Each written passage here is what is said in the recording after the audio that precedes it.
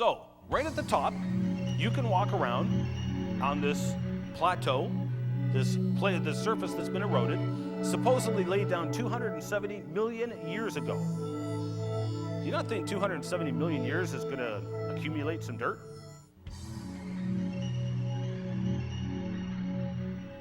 You think there's not going to be some erosion going on? And yet, all erosion and accumulation is completely gone without a trace and without an explanation. It's just gone. So you can start to see where Derek Gager is coming from when he says that there are huge gaps. There are huge gaps indeed. Let's take a look at that 20 million year gap I mentioned. I also mentioned the research I carried out in my bedroom, where I have roughly 1 millimeter of dust accumulating per year. Let's assume that we're going to accumulate 1/100th of an inch every year of dirt accumulating on the land. Not a lot of dirt, is it? So this is easy math. You can do this at home. I know you guys hate math. I'm sorry. It's easy math, okay? Real easy.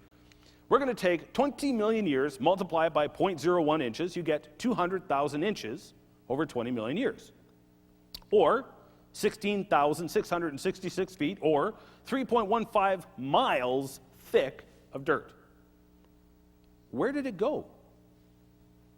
Is it too much to ask for a simple assumption that only 1/100th of an inch accumulated every year average? And if it all got eroded away, wouldn't there not be evidence of that?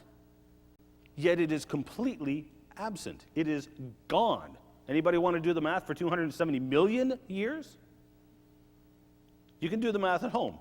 It's something you can do at home. So you can start to see these arrows each point at major gaps in the geologic record. To be specific, 92% of geologic time is missing from surely the finest example of geological history on planet Earth. Where did it go?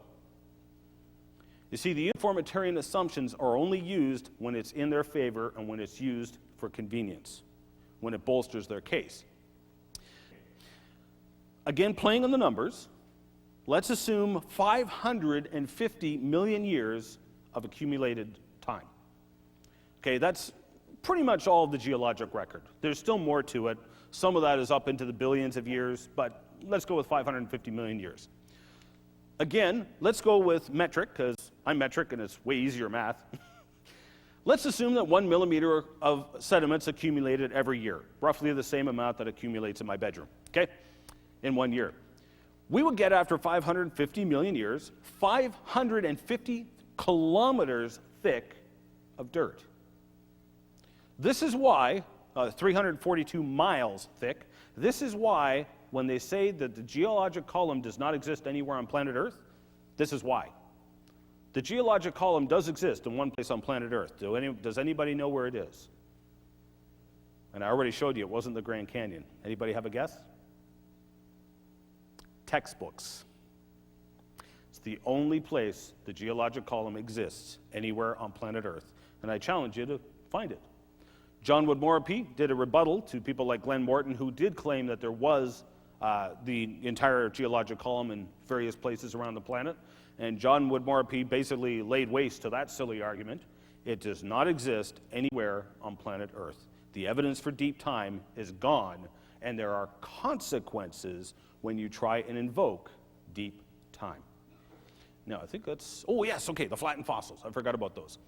I mentioned this briefly the other day, and I'm going to repeat it again for the sake of being detailed and for the sake of those who weren't here the other day. Again, I passed around this fossil, and this is only one of many examples. Okay, this is fossil fish from the Green River Formation. And the fossils, as I pointed out, they're now flat, really, really, really flat. And again, the main point here is the flesh still had to be on the fish at the time it was flattened. Now, we talked about accumulated time, but one thing we can say is a whole pile of dirt got accumulated on this fish. Everyone agrees that what flattened the fish was the dirt that was piled on top of it. But is that fish going to stick around for hundreds of millions of years while hundreds to thousands of feet of dirt gets piled on top of it? No way. Ain't going to happen.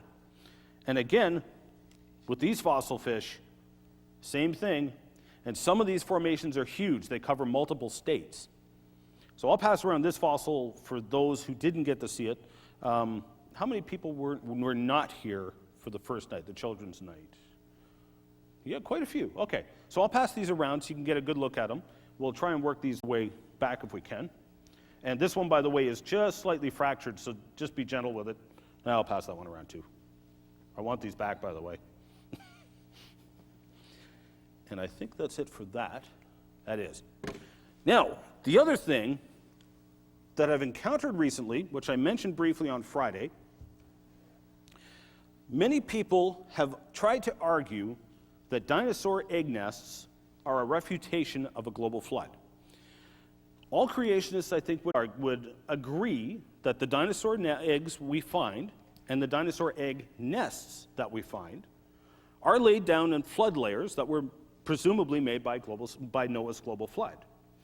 But they argue, how on earth can a dinosaur lay a nice, neat nest on the bottom of an ocean in the middle of a raging global flood? As we discussed yesterday, that is a very simplistic and false view. The water didn't encroach over the land overnight. It didn't cover the highest mountain overnight. It was months. And if you're a dinosaur and you're carrying around eggs for weeks or months at a time, when you gotta go, you gotta go. Sooner or later, you're gonna have to do one of two things. You either have to ditch the eggs or put them into a nest. Instinct would make the dinosaur want to lay a nest, but the dinosaur may not have the chance to. And so during low tides, as the waters were coming up and going back down, they would lay down a new layer of sedimentary dirt. And so during low tide, the dinosaurs would apparently go out and lay nests, just as a last-ditch thing. Most of the time, we do not find nests. What we find is clusters of eggs. For example, this is a hadrosaur egg, an actual fossil dinosaur egg. And my buddy Vance Nelson and I, have, between the two of us, probably seen dozens of hadrosaur egg clutches. The thing is, this is the only one we've ever seen that was laid in a circle for either of us. I'm going to come back to that in a second. What I first want to show you is what would be called a textbook example of a dinosaur egg nest. Now, this is from an oviraptor. Apparently, oviraptors could lay 2 eggs at a time. You'll notice the eggs are laid in pairs. Apparently, what the dinosaur did was it would stand in the middle, lay 2 eggs, rotate, lay another 2 eggs, rotate, lay another 2 eggs, and lay them in a circle.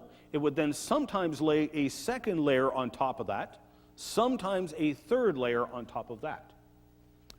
Now, originally, oviraptor got its name because it was found in association with dinosaur eggs, and they assumed it was stealing the eggs for food. So it got the name oviraptor. Ova for egg, raptor for stealer, the egg stealer. Later on, however, they found the exact same egg with an embryo in it, and that embryo turned out to be oviraptor. Apparently it wasn't stealing eggs, it was apparently trying to defend the nest from whatever catastrophe was covering it up. Now, what's really interesting, there has now been several oviraptors found that were buried alive sitting on the nest like a chicken and brooding it. That's not evidence of long and slow geologic processes. That is not a refutation of a global flood. If anything, that is confirmation of it. How on earth are you going to bury a dinosaur alive sitting on its nest? Simple, a flood. A global flood, to be specific. We've now found numerous of those.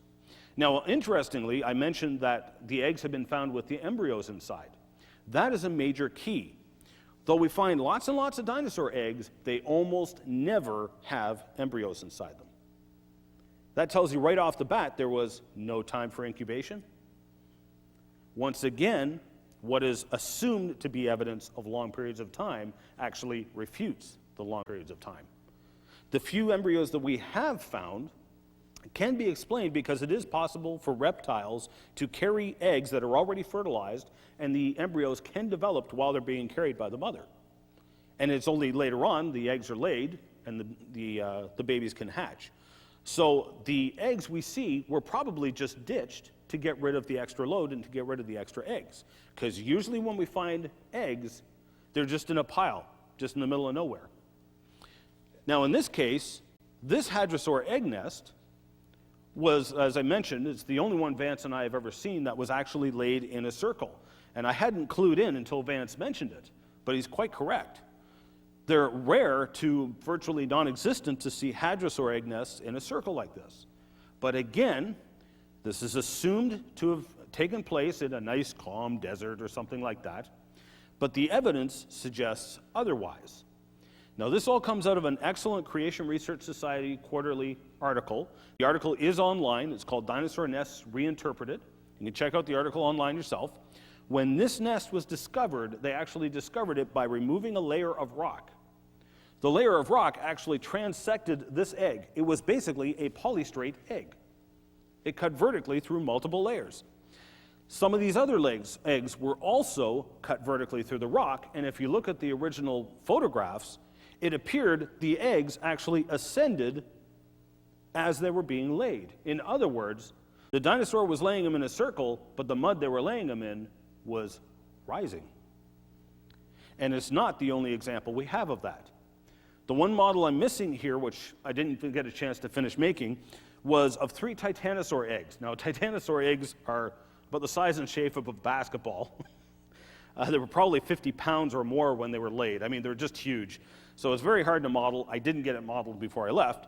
The first one was laid, and then the second two, by the time the second two were laid, the mud had already risen up a little past the halfway mark on the first egg.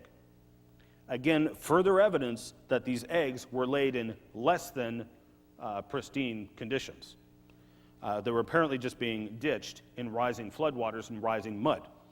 And again, in other cases, such as this oviraptor egg nest from Montana, again, laid 2 at a time, apparently this oviraptor laid its eggs on the run. What was it running from? Perhaps Noah's flood? Perhaps it was getting off the beachhead during low tide, high tide's coming in, it's time to high tide it out of there? Perhaps. So these eggs were apparently laid, and this is the way they were found, they were apparently laid in a run. Now there's a dinosaur track site. If you ever get the chance to go to Dinosaur National Monument, which I talked about last night, in a different part of the park, they have a dinosaur track site called the Red Fleet Track Site. You can go and visit this site. It's open to the public. I documented hundreds of dinosaur tracks. Almost every single one of them all went due northwest. It was multiple layers, 6 different levels, 6 different layers of rock, all had dinosaur tracks on them, all going in the same direction. Now, they interpreted this as herding behavior and migratory behavior. Sure, that's a possible explanation. Or another possible explanation is they were all running from the same thing. Perhaps Noah's flood. Again, it is all evidence of catastrophe. Even dinosaur tracks speak of the catastrophe, the impending doom that overtook the earth. Now, what I'm going to do, I'm going to move along to the Paluxy tracks. I will cover these again in more detail later on.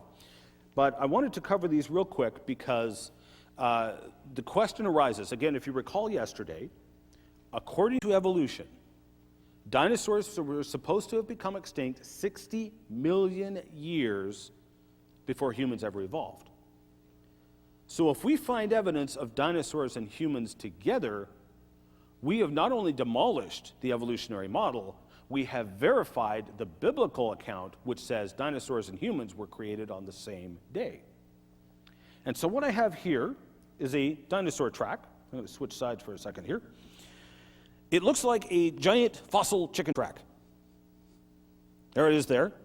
And I'm wondering if I can get a young lady from the audience to volunteer for a dangerous mission who doesn't mind showing off her left foot for us and taking her shoe off. Any volunteers? Oh, am I going to have to pick somebody? Oh, come on. Sure, okay, come on up, all right. I'm going to switch sides again. If you want to get on this side, would you mind taking off your left shoe and placing your heel right there and your toes right there, because inside that track is what sure looks like a fossil human footprint.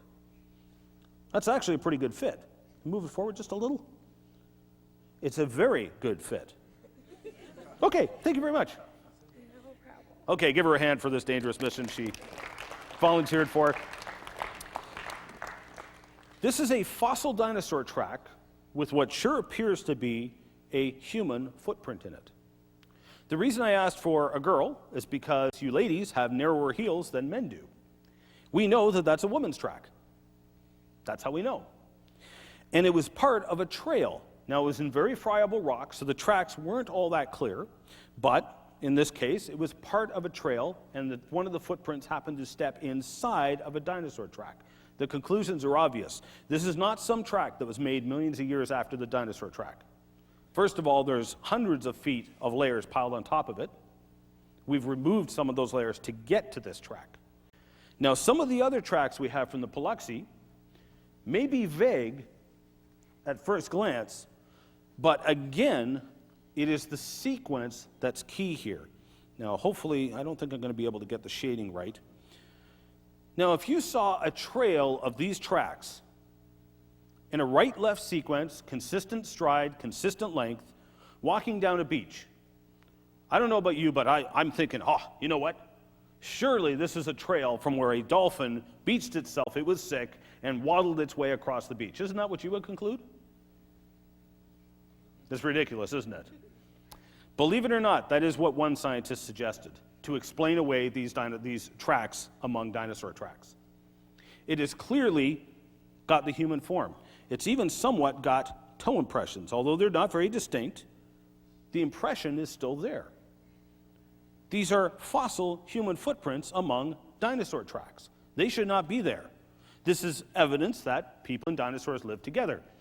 Again, it's not just people, but also other animals that cause a problem for the evolutionary model. Cats were not supposed to have evolved until 6 million years ago. So dinosaurs were supposed to have become extinct 54 million years before people ever evolved. That's a huge time gap. Yet, among the dinosaur tracks in the Paluxy, we find fossil cat tracks. And this was from a nice kitty that stood about 6 feet tall at the shoulders. You could try and take him for a walk, but I think it would be the other way around. Nice kitty. Again, completely demolishes the concept of evolution and verifies the Bible, which says that cats and dinosaurs were created on the same day. They were both land animals. Now, some of the tracks, again, everything in the past appeared to be bigger. People were apparently no exception. This is a cast of the Burdick track. Very big footprint. Believe it or not, this is not out of line, or out of order, I should say. Well, it's out of order geologically speaking, but believe it or not, this is the same size of foot as Shaquille O'Neal. Shaquille O'Neal's got some pretty big feet. Now, some might say he's not human, but technically, yes, he is still very human, okay? But again, evidence that dinosaurs and people lived together, apparently bigger people, apparently. I'm going to show you later on, you can notice that the footprint has been cut several times. I'm going to show you photographs of those cuts later on. The reason they did that is to verify that it was a genuine track and not a carving. Now, most of the tracks I show you here were actually dug up in front of numerous people underneath undisturbed limestone. So obviously they're not a carving, unless someone somehow got in underneath the layer and did it without anybody knowing. Highly unlikely. But again, this comes from Cross Branch. Now, I personally went to Cross Branch, and while I don't mind taking the word of researchers such as Carl Baugh and Don Patton, I just prefer to research things myself and to verify them myself. So I went to Cross Branch. I have had the privilege to get to study the original Burdick track. And when I went to Cross Branch, I instantly recognized the rock. It was exact same rock, good old-fashioned Austin chalk. Don Patton examined the rock context within the track and matched it to one exact spot within Cross Branch. And I agree with them. I'll add my voice to that. I do believe this is where the Burdick track came from as well. But Cross Branch is in Cretaceous or dinosaur rock. Dinosaurs and humans apparently lived together. Completely demolishes the concept of evolution. Now this track is my pride and joy. Again, this is a fossil footprint of a dinosaur track with a human track in it. You can see the giant chicken track. And then within it is what sure appears to be a fossil human footprint. So once again, there's the giant chicken track. I have painted this false color for the sake of cameras and large audiences, strictly so you can see it. There are only 2 copies of the cast of this track in the world. One is on display in Creation Evidence Museum in Glen Rose, Texas, and the other is right here for your perusal. So do be sure to take a real good close look at it later on, because while I've painted it false color, you can look for yourself. The impression of the human footprint inside the dinosaur track is very clear, and it's all there, complete with all 5 toes. That is a genuine fossil human footprint inside a fossil dinosaur track. Dinosaurs and people lived together. This is proof that those scriptures are true and correct, and disproof of the theory of evolution. And if it was just these, I might be a little more skeptical. However, the Paluxy River is not the only place we find fossil human footprints. This one comes from the Robledos Mountains in New Mexico. And again, while I've painted it false color, you can check it out for yourself. This is a cast of that footprint. All 5 toes are there in impression. The ball, the arch, the heel. And incidentally, humans are the only creature that make footprints like this. Has anybody ever seen the footprints of an ape? I'm curious. Or seen the feet of an ape? You have? What do they have? Fingers. They basically have 4 hands. They don't have any feet, do they? They basically have 4 hands. Even apes do not have footprints like this. Humans are unique in that regard. Now here's the thing.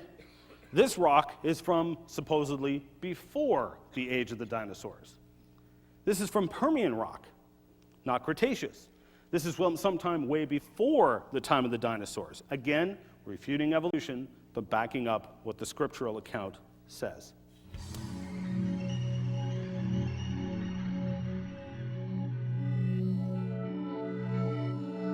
There's a table out front here. I forgot to mention it the other night. I'm a member of the Creation Research Society. The reason I want to emphasize it is because the CRS does incredible amounts of very, very important research, but they basically don't have much of an outreach program to the lay people. So nobody knows about them, nobody knows about the research they do, but much of what I share with you over the past several days and the days to come comes straight from Creation Research Society. And so I'm just basically pointing them out to people, calling their attention to them. If you can ship some funds to them to help pay for research. Research, unfortunately, costs a pile of money, but they really do need funding and support. But here's what they can do for you as well. They have a newsletter sign up out there, and that's for a print newsletter. It's totally free. Just sign up with a mailing address, and they'll ship you the newsletter for free. And there's also a bunch of freebies out there. Creation Matters is a magazine that we have put out, for instance. There's also a newsletter, and there's a bunch of free ones out there. Feel free to take one. Please take one of each. They're also the publishers of CRSQ, which you'll hear me talk about a lot. CRSQ is Creation Research Society Quarterly. It is one of the few peer-reviewed creationist journals out there, and it is the oldest by a long shot. The society was started, I think it was in the 60s is when the society was started. Okay, what we've been talking about in the classes during the day has been the global flood. Now, one argument, I don't like using the word stupid, but I'm going to. One stupid argument I've heard repeated over and over and over again is that there's not enough water on Earth to flood the whole Earth. Well, really, let's examine this for a second. Here's a picture of Mars taken from one of the rovers. I think this one was Prospect. And as you can see, Mars is very, very dry. It is a desert. And here's the other one, panorama from the other rover. It is a desert. It is very dry. Lots of wind, lots of sand, no water. However, when you take a look at the planet, there's lots of water erosion. It's all over the place. Canyons, dendritic patterns, all kinds of stuff. And everyone agrees these were made by water. Lots of water. Now, here's a major one on the red planet, Valles Marineris. While it's probably a tectonic split, again, there's piles of water erosion emanating in all directions from it. Lots of water involved here. Lots of water. But when you stand back, it is a very dry desert planet. Now, let's switch to planet Earth. Planet Earth has lots of dendritic patterns formed by water. It has lots of canyons, some so big you can see them from space, such as the Grand Canyon.